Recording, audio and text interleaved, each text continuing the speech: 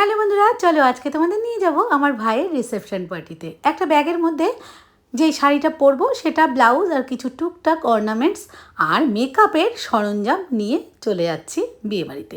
ভেবেছিলাম এখান থেকে সেজে গুজে একবারেই বেরোবো, কিন্তু একটা বিশেষ কারণের জন্য আমাদের আগে বেরোতে হলো, মানে দুপুর 2:30 নাগাদ আমরা বেরিয়ে যাব। সেই সময় যদি আমি সেজে গুজে বেরোই তাহলে রাত্রি পর্যন্ত কি আমার সাজটা থাকবে? সেই জন্যেই আমি এখান থেকে এখন এমনি একটা নর্মাল কাপড় পরে চলে যাচ্ছি। তোমাদের দাদাভাইও আমাদের সাথে যাচ্ছে।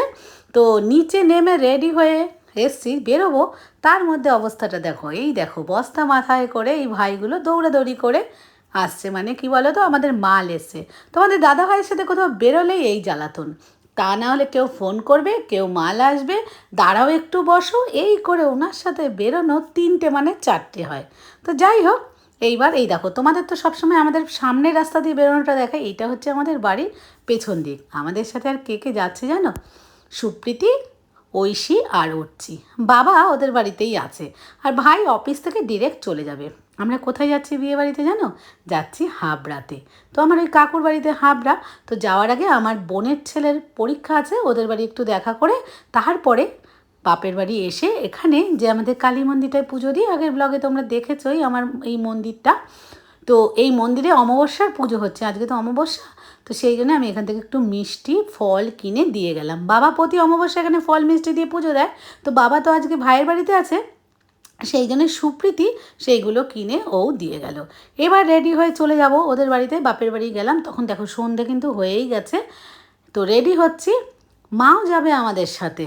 দেখো টুকটাক একটু রেডি হয়েই নিয়েছি, তাড়াহুড়ো করেই সেজেছি। চলে যাচ্ছি এখন বিয়েবাড়িতে। আমার বাপের বাড়ি থেকে মাত্র 5 মিনিট লাগে ওই বিয়েবাড়িতে যেতে, গাড়ি করেই চলে গেলাম। দেখো আমাকে আর সুপ্রীতিকে দুজনকে কেমন লাগছে।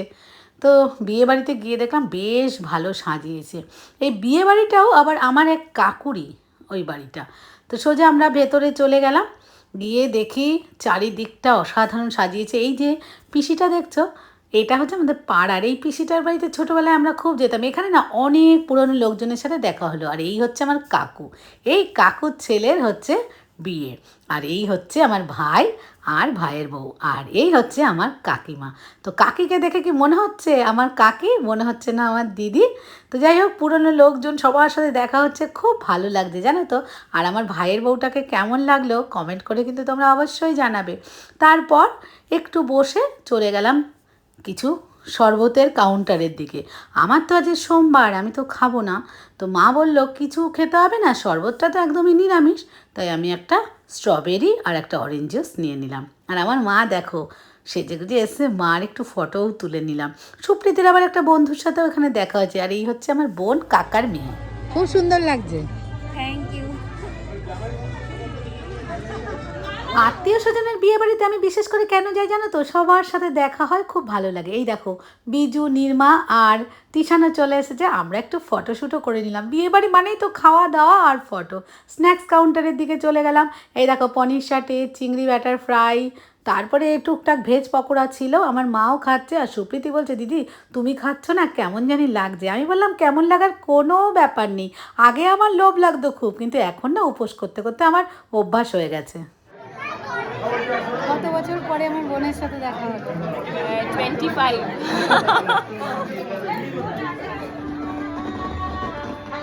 বিজু মামিকে চিনতে পারছে না। কেন চিনতে পারবো না? এটা বাকি খেতে দিবি? বিজু মামিকে চিনতে পারছে না। আমি তো মামিকে দেখে চিনতে পারছি, মামি আমার বাড়ি চিনতে পারবে না। লাস্ট কবে গেছিল জিজ্ঞাসা করে দাও। ভেবেছিলাম রাত্রে থাকবো, কিন্তু আমার ছেলেটার না সামনে পরীক্ষা, সেই জন্য আর থাকতে পারলাম না।